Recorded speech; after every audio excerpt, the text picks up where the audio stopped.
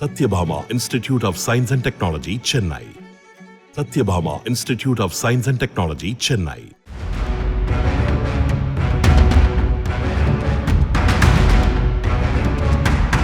பொள்ளாச்சியில் இருந்து தனியார் நிறுவனத்தைச் சேர்ந்த 6 பேர் ரெனால்ட் டஸ்டர் காரில் கொடைக்கானல் நோக்கி சென்றுள்ளனர்.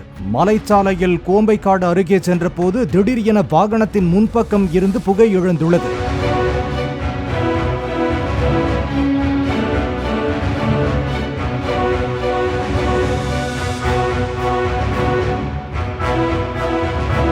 உடனடியாக 6 பேரும் கீழே இறங்கிய நிலையில் வாகனம் மளமளவென தீப்பற்றி முழுவதுமாக எரிந்தது. சாலை நடுவே கார் எரிந்து கொண்டிருந்ததால் அவ்வழியே வந்த வாகனங்கள் ஆங்காங்கே தேங்கி நின்றன.